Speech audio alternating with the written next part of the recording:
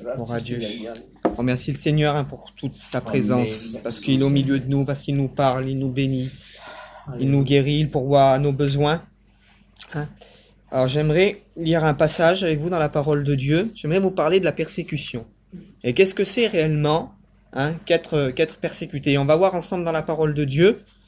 Il y a plein de choses à en tirer, à en sortir. Donc on va lire dans le deuxième épître de Timothée, chapitre 3 et au verset 12. Donc pour vous remémorer un peu le contexte, le chapitre 3, c'est ce fameux chapitre de Timothée qui commence comme ça. Sache que dans les derniers jours, il y aura des temps difficiles. Et il dénonce que les gens sont égoïstes, fanfarons, hautains, blasphémateurs, aimant le plaisir plus que Dieu.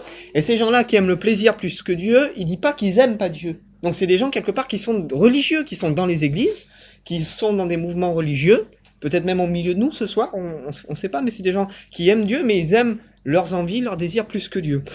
Et au verset 10, donc de ce même chapitre, il dit, Paul à Timothée, il lui explique un peu tout ça, et à partir du verset 10, il lui dit ces paroles. « Pour toi, tu as suivi de près mon enseignement, ma conduite, mes projets, ma foi, ma douceur, mon amour, ma constance. » Donc, le contraire de tous ces gens qui sont faux en réalité. « Mes persécutions, mes souffrances. À quelles souffrances n'ai-je pas été exposé à Antioche, à Icône et à Lystre?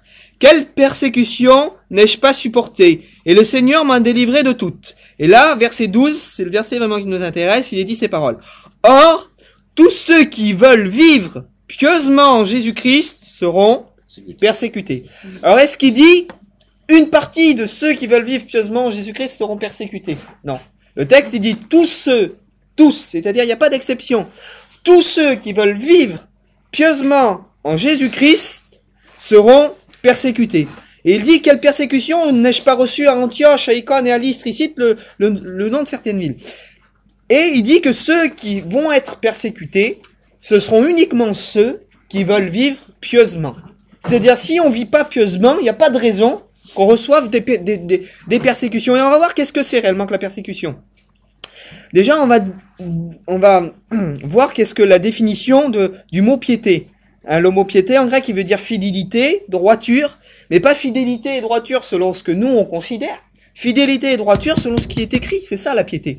Parce qu'on peut prétendre faire notre évangile à notre façon, dire je suis fidèle, je suis droit, mais comme j'ai dit tout à l'heure, Jésus va dire sanctifie-les par la vérité. Qu'est-ce que c'est la vérité? Jésus va dire ta parole est la vérité. Donc notre piété, notre droiture, elle ne peut être fondée que sur ce qui est écrit. Si elle est fondée sur autre chose, c'est une piété, une droiture, mais qui n'est pas selon Dieu, qui est selon nos idées, selon nos pensées. Donc tous ceux qui veulent vraiment bâtir leur vie sur la parole de Dieu, ils seront persécutés.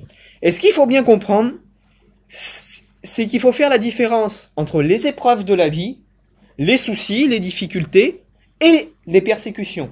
Les persécutions peuvent être une épreuve, mais les épreuves ne sont pas forcément une persécution. Pour un exemple tout bête, j'ai mes enfants qui tombent malades, c'est une épreuve, c'est pas une persécution. Et vous allez comprendre qu'est-ce que c'est qu'une persécution. C'est la vie qui veut ça, il y a des épreuves dans la vie. Voilà. Le mot persécuté, dictionnaire Larousse, poursuivre, opprimer, donc ça c'est aussi le mot grec qui veut dire poursuivre, opprimer, mais quand on prend le dictionnaire, c'est poursuivre, opprimer quelqu'un par motif religieux.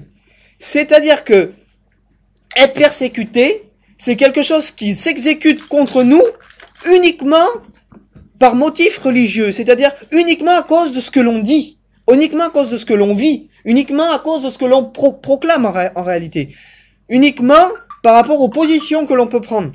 Et ceux qui persécutent, donc qui sont les principaux persécuteurs, Paul il le dit, quelle persécution n'ai-je pas subie à Lystre, à Antioche et à Icône? Il cite trois noms de villes. Et on retrouve ces villes dans le livre des Actes, et il y a un passage, et on comprend vraiment, on va rentrer tout doucement sur qui sont les persécuteurs et qu'est-ce que c'est réellement la persécution. Comme je vous dis, la persécution, c'est pas on peut perdre quelqu'un de notre famille, quelqu'un décède, notre père, notre frère, notre cousin, quelqu'un décède. On peut pas dire qu'on est persécuté, c'est une épreuve de la vie. Il y a des épreuves dans la vie. Vous voyez, pour vous donner un exemple tout bête, Job, il perd ses enfants, il perd ses biens, tout ça, il est éprouvé. c'est une épreuve. Mais à un moment, sa femme, elle arrive, elle dit, mais renie Dieu et meurt, tu vois bien que ta foi, elle sert à rien. Là, c'est une persécution. Parce que sa femme est en train de le toucher, moralement et spirituellement, sur ce qui touche à sa foi.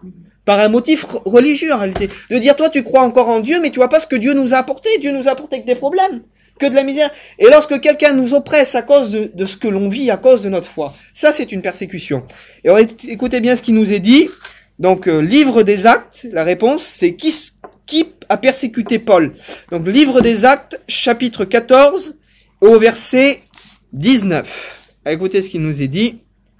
Je cherche mon verset.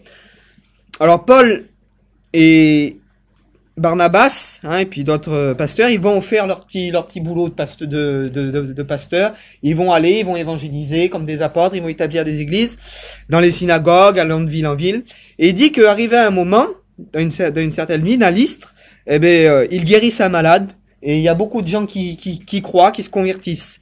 Et là, à ce moment-là, donc au verset 19, il dit, alors survint d'Antioche et d'Icône, donc des villes qui avaient été précédemment, des Juifs qui gagnèrent la foule, et qui, après l'avoir lapidé Paul, le traînèrent hors de la ville, en pensant qu'il était mort. C'est cette fameuse scène où les gens pensaient qu'il était mort. Il y en a qui disent que Paul était vraiment mort et que Dieu l'a ressuscité. Il y en a qui disent qu'il n'était pas vraiment mort. Ça, c'est l'interprétation de chacun.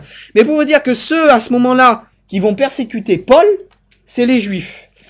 Pas tous les Juifs, puisqu'il y avait des Juifs dans les synagogues qui se convertissaient, qui croyaient en Dieu. Et quand on lit le mot Juif, ce sont ceux qui descendent de la tribu de Juda. Et ce qu'il faut bien comprendre, c'est que le mot Juif, réellement, vient du mot louange, parce que Juda, ça veut dire louange. Et Juif vient du mot Juda qui veut dire louange. Ceux qui louent en réalité Dieu. Et ceux qui vont persécuter Paul, ceux qui vont persécuter en réalité les hommes qui servaient Dieu, mais c'était ceux qui servaient Dieu d'une autre façon. D'une façon différente de ce que Paul en réalité a annoncé. Et ils vont persécuter Paul, mais en réalité en le faisant dans le nom de Dieu.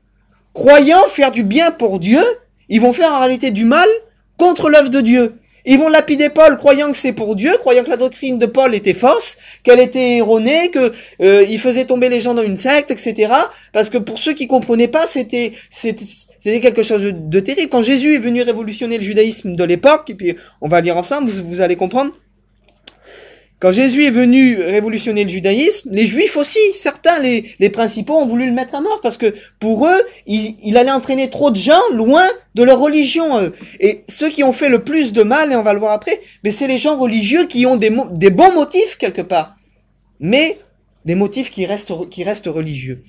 Écoutez, Paul, donc comme je vous ai dit, a été lapidé par les gens religieux qui vont séduire la foule, qui vont séduire le peuple. Et vous savez, quand les gens arrivent à avoir un pouvoir sur le peuple, quand ils séduisent la foule, quand ils séduisent le peuple par des belles paroles, des paroles agréables, des paroles douces, des paroles qui plaisent aux gens, lorsqu'on a le nombre avec nous, c'est facile de lapider quelqu'un. C'est facile de lancer une parole et de démolir une personne quand on a le peuple avec nous. Et aujourd'hui, c'est ce qui se passe, malheureusement, dans les mouvements religieux, dans plein de choses. Connaissez un jour, j'avais une Bible interlinéaire, donc avec traduction hébreu, grec, etc., quelque chose de vraiment, vraiment beau. Et puis je m'en servais pas. Et je l'ai mis en vente, donc sur le bon coin. Et là, il y a un monsieur qui m'appelle.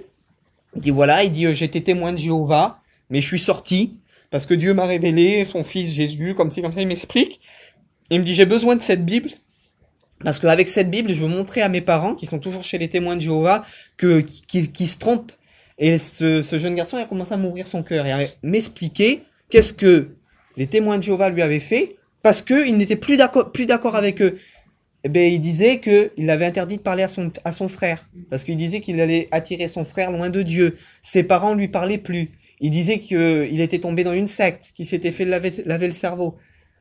Toute coïncidence avec des événements proches serait fortuite. Voilà. On n'entre pas dans les détails, je vous détaille un petit peu, mais comment des gens dans le nom de Dieu, on peut en arriver à des points comme ça, parce qu'on est censé manifester l'amour, on est censé s'aimer les uns les autres, et être persécuté, c'est ça.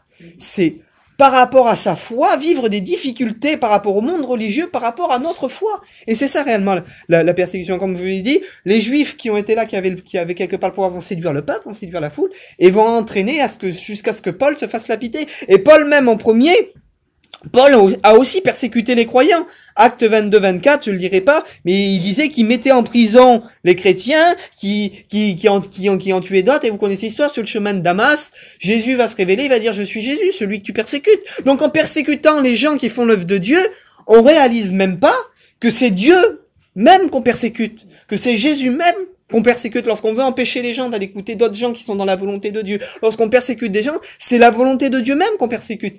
Et ça va loin, mais c'est ce que Jésus dit. Lorsque les pharisiens vont dire sur Jésus, c'est par Belzébuth, prince des démons, qui chasse les démons. Quand on dit sur certaines personnes, n'allez pas vers lui, il a le diable, ou si vous le faites rentrer chez vous, vous faites rentrer le diable chez vous. Quelque part, ils blasphèment ces gens-là, et ils n'ont pas peur de parler comme ça, parce que qu'est-ce que Jésus va dire? Si on attribue les choses de Dieu au diable, c'est-à-dire le blasphème contre le Saint-Esprit, on sait que ces choses-là viennent de Dieu, on sait que la guérison vient de Dieu, que la parole vient de Dieu, mais lorsqu'on attribue des choses de Dieu, en disant cet homme-là, il fait des choses de Dieu, mais sous le nom de l'ennemi, eh ben, j'ai bien peur que ces personnes-là peuvent blasphémer contre le Saint-Esprit, attribuer les choses de Dieu en réalité à l'ennemi. Pour tout ça, pour garder en réalité leur mode de vie, ou parce que les vérités que certaines personnes disent les dérangent en réalité. Donc Paul a mis en prison les chrétiens. Et ce que j'aimerais vous faire comprendre, c'est que les plus grandes guerres, les plus grandes souffrances ont été faites au nom de Dieu. Et ça, vous allez le comprendre. La guerre des religions en France, hein, vous connaissez, je ne sais pas si vous avez entendu parler, quand Martin Luther, qui était le premier réformateur protestant, ça a eu lieu en Allemagne, il a placardé les erreurs de l'Église catholique sur la thèse, sur la porte de l'église un dimanche matin, ça a fait une révolution. Martin Luther a commencé à prêcher, il y a eu de plus en plus de disciples, et il y a eu donc des chrétiens protestants qui sont nés de la réforme. Et il y a eu division entre les chrétiens protestants et les chrétiens catholiques qui ont commencé à se chamailler, à se faire un peu la guerre. Et ça a été vraiment loin parce que comme il y a eu en France, je ne saurais pas vous dire les noms, mais vous allez sur Wikipédia, c'est tout simple. Ça. Comme il y a eu des rois et des reines qui se sont convertis au protestantisme, c'est-à-dire qu'ils voulaient plus suivre le catholicisme parce qu'ils voyaient que ça déconnait, que ça allait plus, qu'ils se sont convertis à la réforme, au protestantisme, à cause que c'est devenu politique, ça fait des guerres monumentales. Et ces guerres-là, écoutez bien, ça a commencé en 1520 et ça s'est fini en 1787. Donc la guerre des religions en France, elle a duré 263 ans. Au lieu des gens qui se sont fait la guerre et qui se sont mis à mort au nom de Dieu par motif religieux, par principe religieux, les gens se sont fait la guerre. Vous connaissez, je sais pas si vous avez entendu cette histoire, on l'appelle la Seine de sang, où ils ont égorgé les chrétiens protestants dans la Seine. Et cette persécution-là, elle a été tellement forte que les chrétiens de France et certains chrétiens d'Europe ont migré aux États-Unis, parce qu'à l'époque, les États-Unis, c'était comment on appelle ça, le Nouveau Monde. C'était une terre qui était en train d'être colonisée. Et pourquoi aujourd'hui les États-Unis sont un pays protestant, un pays chrétien protestant, même Trump, il se revendique comme protestant, c'est la religion nationale là-bas, c'est pas le catholicisme, parce que les États-Unis ont été colonisés par tous ces chrétiens protestants qui ont fui le fait qu'ils étaient persécutés, qu'ils se faisaient égorger et qu'ils se faisaient mettre à mort en réalité. Donc on voit toutes les conséquences que la persécution a pu avoir. Et au nom de la religion, au nom d'un idéal différent, eh ben, il y a eu des guerres monumentales. Et même encore aujourd'hui, ce que fait l'islam, c'est au nom de Dieu. Ils prennent le nom de Dieu et puis ils mettent des gens à mort en réalité. Un autre passage, un autre conflit qui a eu lieu un peu avant, ça vous connaissez aussi l'histoire, c'est les croisades. Donc les croisades, c'était donc les catholiques qui avaient reconnu Jésus, la première religion, que ça a été institué après par l'État, etc. Et ce qu'il y a eu, c'est que les catholiques ont voulu récupérer les lieux saints, donc en partie Jérusalem, les lieux où il s'était passé certaines choses. Donc la première chose qu'ont fait les croisades, c'est aller faire la guerre aux musulmans, parce que les musulmans avaient pris Jérusalem, pour pouvoir reprendre Jérusalem, pour pouvoir prier à Jérusalem. Vous imaginez qu'au nom de Dieu, alors que Dieu dit « aime ton ennemi, fais du bien à ceux qui vous persécutent », au nom de Dieu, eh ben, ils ont tué des millions de personnes. Et eux, ils le faisaient de tout leur cœur, ils le faisaient en réalité pour Dieu. Et il y a même un passage qui dit dans la Bible, il dit « il y arrivera un temps où ceux qui vous livreront, qui vous tueront, croiront rendre un culte à Dieu. » C'est-à-dire, ils croiront servir Dieu en faisant en réalité le contraire de ce que Dieu demande. Et malheureusement, aujourd'hui, la religion, c'est ça. C'est ce que la religion a fait. Donc les croisades, ça a duré à peu près de 1095 après Jésus-Christ jusqu'en 1270, donc ça a duré 265 ans, où ils ont massacré des gens. Et ils se servaient de certains passages, parce que toutes ces hérésies, en gros, ou tous ces persécuteurs, se servaient quelque part des choses bibliques. Dans la Bible, Jésus va dire, si les gens veulent pas entrer, contrains-les à entrer. Donc contraindre, c'est quand même pousser les gens à accepter Dieu, c'est quand même les pousser, les contraindre. Et eux, ils ont interprété ça, contrains-les à rentrer, mais par la force. Donc ceux qui voulaient pas se convertir au catholicisme ou qui acceptaient pas la religion, mais ils étaient contraints par la force, contraints par l'épée. Ils rajoutaient un petit quelque chose, mais ce petit quelque chose, c'était énorme. C'est ce qui a provoqué pendant des années et des années toutes ces guerres, toutes ces choses. Et il y a eu aussi ce qu'on appelle l'Inquisition. Donc l'Inquisition, c'était des prêtres qui étaient mandatés par l'Église catholique, des prêtres. Il y avait plusieurs... et eux, ils allaient... Je vais vous faire rire, mais c'était un peu la chasse à la sorcière. C'est une femme, elle savait lire. Elle était brûlée parce qu'une femme avait pas le droit de savoir lire. Quelqu'un, parce qu'à l'époque, il faisait les messes en latin, en araméen. Et ceux qui lisaient le latin et l'araméen, c'était que les gens qui étaient haut placés. Si un paysan avait le malheur de savoir lire, et qu'il avait une Bible chez lui, il était brûlé, on le traitait d'hérétique. Parce que personne n'avait le droit de penser selon sa propre façon. Parce que dans la Bible, il dit que Dieu avait établi des évêques, que Dieu a établi... Donc les ministères étaient tellement mis haut placés que personne ne pouvait penser de son propre chef. Que celui qui trouvait une Bible, qui arrivait à la lire, et voilà, parce que la religion apportait un pouvoir. Et l'Inquisition, elle a commencé en 1233, donc les premiers prêtres inquisiteurs, et imaginez qu'elle a fini, la dernière Inquisition, c'était l'Inquisition espagnole, avec les Borgia, tout ce qu'ils en suit, ça a fait des guerres monumentales, ça a fini en 1808. Donc pour vous dire, en gros, l'Inquisition, elle a duré 640 ans. Pendant 640 ans, l'Église avait un pouvoir sur les gens pouvaient pas être libres. Et moi, la question que je me pose, et ce qui me touchait quand j'ai étudié ça, c'est où était l'Église à ce moment-là? Comme on est nous ce soir. Un petit groupe de 15 personnes là-bas, un petit groupe de 20 personnes là-bas, un petit groupe de 30 là-bas dans un autre endroit. Parce que tout ce qui était mondial et tout ce qui était national, tout ce qui était grand, tout ce qui avait de l'importance en réalité, eh ben, l'État avait la main dessus et c'était eux qui persécutaient en réalité la véritable Église. Parce que la véritable Église a toujours été celle qui demeure cachée, celle qui demeure dans le silence. Vous n'allez pas me dire que la véritable Église, elle a pris part aux croisades. Que la véritable Église, les vrais chrétiens, ils ont été massacrés déjà. Non, les vrais chrétiens, ils souffraient de tout ça. Et ils étaient cachés. Et peut-être, on aurait passé devant des gens, on n'aurait même pas pu savoir qu'ils étaient chrétiens. Parce que si leur foi aurait paru, on leur aurait coupé la tête tout de suite. On les aurait mis à mort tout de suite. Combien de souffrances la véritable Église, l'Église du secret, l'Église du silence, elle a dû en réalité souffrir. Et la persécution, c'est ça. C'est souffrir pour sa foi par motif religieux. Et ceux qui persécutent, on le voit. Ceux qui persécutent, c'est pas quelque part les gens du monde. Bien sûr que l'Église primitive, elle a été persécutée par Rome, mais c'est encore par motif religieux, et vous allez comprendre pourquoi. Parce que ce qui faisait que les chrétiens étaient mis à mort à l'époque par l'Empire romain, c'est pas parce qu'ils croyaient en Dieu, mais c'est parce qu'ils croyaient en un Dieu unique et qu'ils voulaient pas se prosterner devant César qui était considéré comme Dieu. Donc, qu'on le veuille ou qu'on le veuille pas, on revient toujours au même principe, c'est que la persécution ne se subit que par motif religieux et rien d'autre. Parce que quand les Romains prenaient les chrétiens et leur disaient prosternez-vous devant César, et le chrétien dit non, il dit tu ne prosterneras que devant l'Éternel, tu le serviras lui seul, tu n'auras pas d'autre Dieu devant ma face. Prosternez-vous, on vous envoie les lions. Mais les chrétiens restaient debout, ils se prosternaient pas. Et on leur envoyait les lions. Et ils étaient égorgés, mis à mort, pas parce que ils étaient chrétiens, mais parce qu'ils voulaient pas se prosterner devant un autre Dieu que devant l'Éternel. Donc ce que faisaient les Romains, encore une fois, les persécutions que les chrétiens ont reçues par des païens, quelque part, étaient encore même là par motif religieux, parce que ils voulaient pas que les gens se convertissent à leur religion. Et qu'est-ce que Jésus dit? Au nom de Dieu. La religion, comme je vous dis, c'est ce qui a fait le plus de mal à l'humanité, ce qui a fait le plus de mal à l'Église. Car la véritable Église ne se trouve pas dans une religion. Apocalypse 18:4, quand il nous est parlé de Babylone la grande prostituée, ivre du sang des saints, celle qui a commercé avec tout le monde, celle qui a pris comme je dis, le sang des saints, de ceux qui voulaient vivre pour Dieu, qui s'est dit sortez du milieu d'elle, mon peuple, afin de ne pas participer à ces fléaux. Depuis tout temps, Dieu a toujours appelé l'Église à sortir de tout ce qui est religieux, de tout ce qui est contexte religieux, de tout ce qui est pouvoir. Ne laissez aucun homme dominer sur vous. Ne laissez aucun homme diriger votre foi. Laissez seulement Christ et la parole de Dieu vous diriger.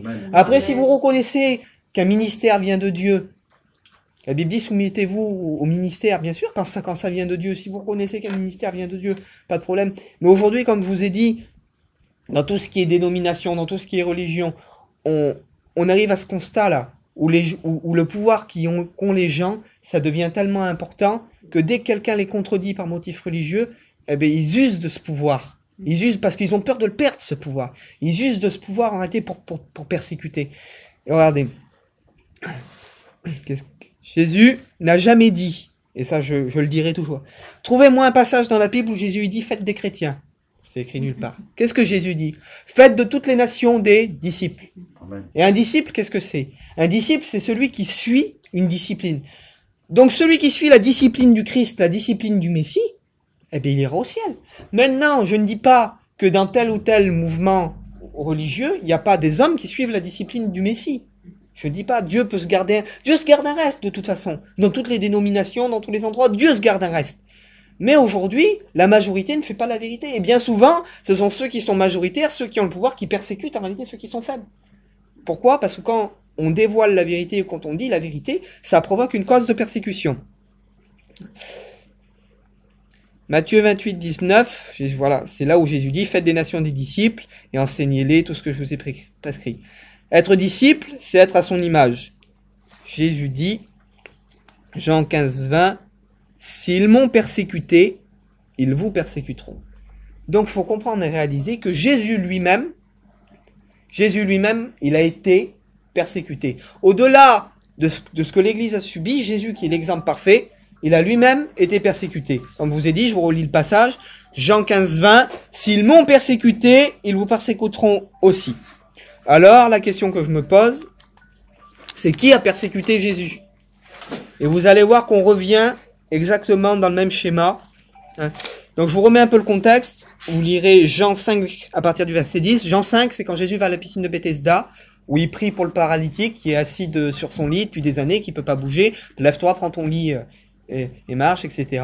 Il est guéri et il fait le miracle un jour de sabbat. Et au verset 10, il dit ceci. C'était un jour de sabbat. Les Juifs dirent donc à celui qui avait été guéri, c'est le sabbat, il ne t'est pas permis d'emporter ton lit. Il leur répondit, celui qui m'a guéri m'a dit, prends ton lit et marche. Ils lui demandèrent, qui est cet homme qui t'a dit, prends ton lit et marche. Mais celui qui l'avait guéri ne savait pas, car Jésus avait disparu. Depuis, Jésus le trouva dans le temple et lui dit, voici, tu as été guéri, ne pêche plus de peur qu'il ne t'arrive quelque chose de pire. Cet homme s'en alla, annonça aux Juifs que c'était Jésus qui l'avait guéri. C'est pourquoi les Juifs poursuivaient Jésus, parce qu'il faisait ces choses le jour du sabbat. Et dans le mot là, c'est pourquoi les Juifs poursuivaient Jésus, comme je vous ai dit au début, le mot persécuter veut dire aussi poursuivre. Et dans le grec, on retrouve le même mot. Le texte là, il peut être littéralement traduit comme ça.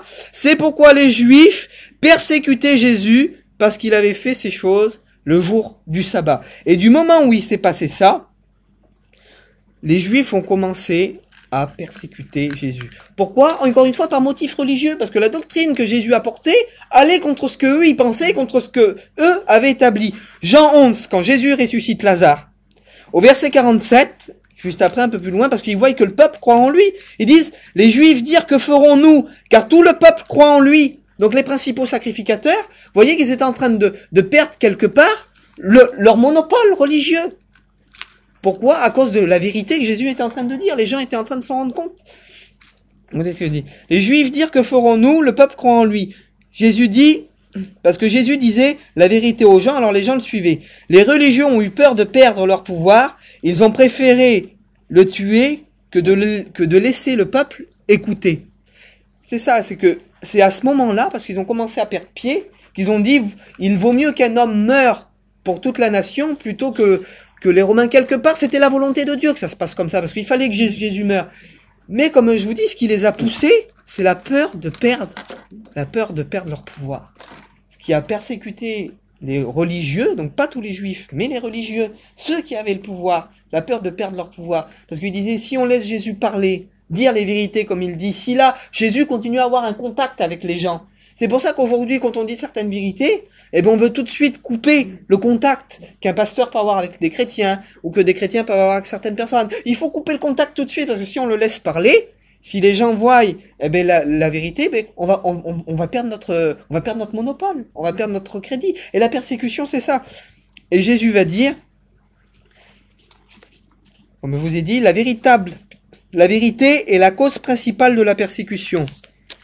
On va lire, j'espère que je ne suis pas trop long, mais c'est important, tout ce que je dis, c'est vraiment bénéfique. Parce qu'on arrive vraiment à rentrer dans qu'est-ce que c'est être persécuté. Et puis après, on se dit, ben, finalement, ce que je subis, eh ben, on va pas dire heureux, parce que, pourtant Jésus le dit, heureux serez-vous quand on vous persécutera. Mais au moins, on arrive à comprendre pourquoi. Et quand on arrive à comprendre pourquoi, c'est déjà un grand pas en avant. Écoutez ce que Jésus dit. Matthieu 5, verset 10. Donc il est là. Heureux ceux qui sont persécutés pour la justice, car le royaume des cieux est à eux. Heureux serez-vous lorsqu'on vous outragera, qu'on vous persécutera, qu'on dira faussement toutes sortes de mal à cause de moi. Réjouissez-vous et soyez dans l'allégresse, parce que votre récompense sera grande dans les cieux, car c'est ainsi qu'on a persécuté les prophètes qui étaient avant vous. C'est ainsi qu'on a persécuté les prophètes qui étaient avant vous. Comment les prophètes ont-ils été persécutés? Et ça, on va le voir ensemble. On va voir deux prophètes, un verset très court et un texte plus long que je vais détailler.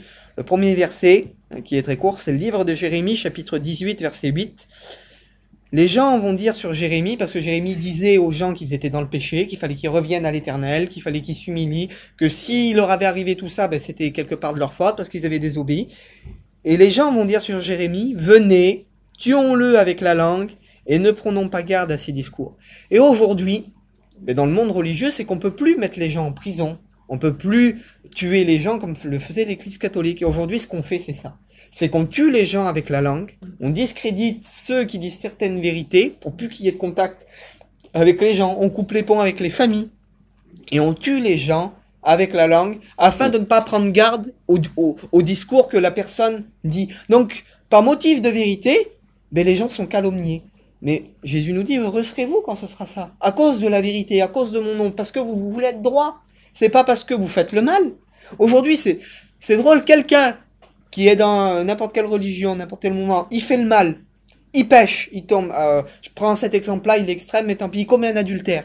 On va dire, reviens à Dieu, reprends ta femme, le pauvre, ça a commis un adultère. On fait tout pour essayer de le faire revenir. Maintenant, on dit, moi je suis pas d'accord avec vous pour telle et telle chose, et on garde position, on dit, celui-là, il est diabolique. Alors comment celui qui pêche, qui tombe, on est capable de le repêcher, mais celui qui veut être droit et qui veut mettre sa foi en avant pour une vérité et qui veut l'assumer, on coupe les ponts avec lui.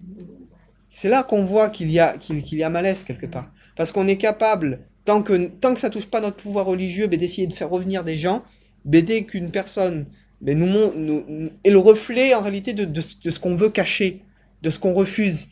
Et chacune de vos vies, lorsque vous serez le reflet au milieu du monde, des choses que les gens veulent cacher, des choses que les gens refusent de vivre, quand vous aurez une vie pieuse, une vie sainte, et vous serez persécutés. Parce que les hommes religieux qui sont pas capables d'être à votre niveau, de vivre comme vous voulez vivre, parce que vous voulez vivre selon la parole de Dieu, de vivre la vérité comme Christ l'a mis dans votre cœur, mais ces gens-là, ils trouveront pas d'autres moyens.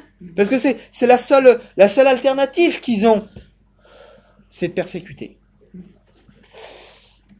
Et on va voir un autre passage, et celui-là, il est vraiment, vraiment, vraiment beau. On va lire ensemble dans le deuxième livre des rois, premier livre des rois, chapitre 22. Donc je vous remets le contexte, parce qu'on va lire à partir du verset 5, donc je zappe les quelques premiers versets. C'est le roi Josaphat, qui était le roi de Juda, qui va voir le roi d'Israël, qui était Akab à ce moment-là, et il va lui dire, voilà, on a... Tu veux la référence?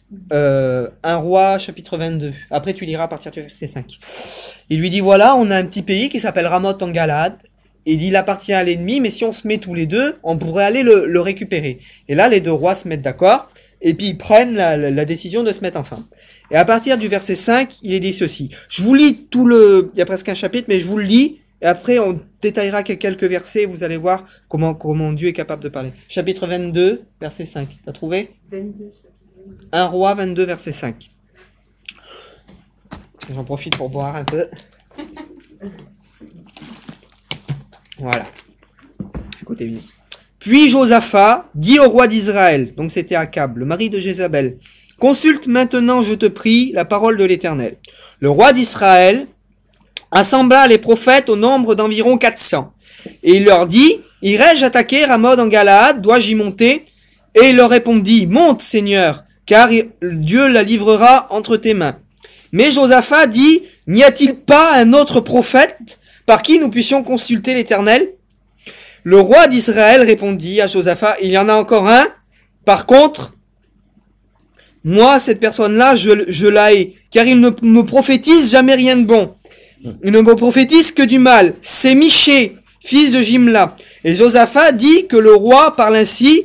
Alors le roi d'Israël appela un eunuque et dit, fais venir tout de suite Michée, fils de Jimla. Le roi d'Israël et Josaphat, roi de Juda, étaient assis chacun sur leur trône, revêtus d'habits royaux, sur la place à l'entrée de la porte de Samarie. Et tous les prophètes prophétisaient devant eux. Sédécias, fils de Kenana, s'était fait des cornes de fer, et il disait, ainsi par l'Éternel, avec les cornes tu frapperas, vous frapperez les Syriens jusqu'à les détruire. Et tous les prophètes prophétisaient les mêmes choses en disant, monte à Ramoth en Galaad, vous aurez du succès, l'Éternel la livrera entre vos mains, Dieu sera avec vous. Le messager qui avait été appelé Michée lui dit ainsi, voici tous les prophètes, comme un accord, prophétisent du bien au roi. Que ta parole soit donc comme la parole de chacun d'eux. Annonce du bien. Mais Michée répondit, l'Éternel est vivant, j'annoncerai uniquement ce que l'Éternel me dira de dire. Lorsqu'il fut arrivé auprès du roi, il lui dit, Michée, irons-nous attaquer Ramoth en Galaad, ou devons-nous y renoncer? Il lui répondit, monte, tu auras du succès, et il la livrera entre tes mains. Mais c'est un peu sarcastique sur le ton qu'il le dit. Et le roi, il le comprend très bien. Il lui dit, monte, tu auras du succès. Et le roi lui dit, combien de fois faudra-t-il que je te dise de me faire jurer de ne me dire que la vérité au nom de l'Éternel? Michée lui répondit, je vois tout Israël dispersé sur les montagnes comme des brebis qui n'ont pas de berger. Et l'Éternel dit, ces gens n'ont point de maître, que chacun retourne en paix dans sa maison. Le roi d'Israël dit à Josaphat, je te l'avais pas dit, il ne prophétise sur moi rien de bon. Il ne prophétise que du mal. Et Michée dit au roi, écoute donc la parole de l'Éternel. J'ai vu l'Éternel assis sur son trône. Michée est en train de détailler ce qu'il a vu. Écoutez, ça c'est important. Et toute l'armée des cieux se tenait auprès de lui, à sa droite et à sa gauche. Et l'Éternel dit, qui séduira Akab pour qu'il monte à Ramoth en Galaad et qu'il y périsse? Il répondit, l'un d'une manière, l'autre d'un autre, et un esprit vint se présenter devant l'Éternel. Donc on ne sait pas si c'est un mauvais esprit, un bon esprit, un démon, on ne sait pas ce que c'est. Et il dit, moi je le séduirai. L'Éternel lui dit, comment? Je sortirai, répondit-il, et je serai un esprit de mensonge dans la bouche de tous ses prophètes. L'Éternel dit, tu le séduiras, et tu en viendras à bout. Sors maintenant et fais ainsi. Et maintenant, voici l'Éternel a mis un esprit de mensonge dans la bouche de tous tes prophètes qui sont là, et l'Éternel l'a prononcé du mal contre toi. Alors Sédécias, fils de Kenania, s'étant approché, frappa Michée sur la joue et dit, par où l'esprit de l'Éternel a pu sortir de toi pour parler ainsi? Michée répondit, tu le verras le jour où tu iras dans ta chambre pour te cacher. Le roi d'Israël dit, prends Michée et emmène-le vers Amon, le chef militaire de la ville, et vers Joas, le fils du roi, et tu diras, ainsi parle le roi, mettez cet homme en prison, nourrissez-le du pain et de l'eau de l'affliction, jusqu'à ce que je revienne en paix. Donc, la fin de l'histoire, je vais vous la raconter, et après je détaillerai les versets qu'on a lus ensemble. La fin de l'histoire, vous la connaissez, c'est qu'Akab va partir, mais il va se déguiser. Et il y a la bataille, et un soldat tire une flèche au hasard. Le texte il dit au hasard, mais elle était téléguidée par Dieu, et il touche Akab dans le défaut de la cuirasse qui était caché. Dieu sait ce qu'il fait. On va reprendre les passages un par un, quelques textes, et vous allez comprendre. Cet homme-là, à la fin, il a été mis en prison, il a pris des baffes, uniquement parce qu'il a dit la vérité. Le motif pourquoi il est mis en prison et pourquoi il prend des baffes, c'est uniquement parce qu'il dit ce que Dieu lui a dit de dire, rien de plus. Écoutez. Il dit, le roi de Juda, donc Akab, le mari de Jézabel, vous connaissez son histoire. Ton peuple comme mon peuple. Il dit qu'il y avait là 400 prophètes, qu'ils étaient assemblés aux portes de la ville.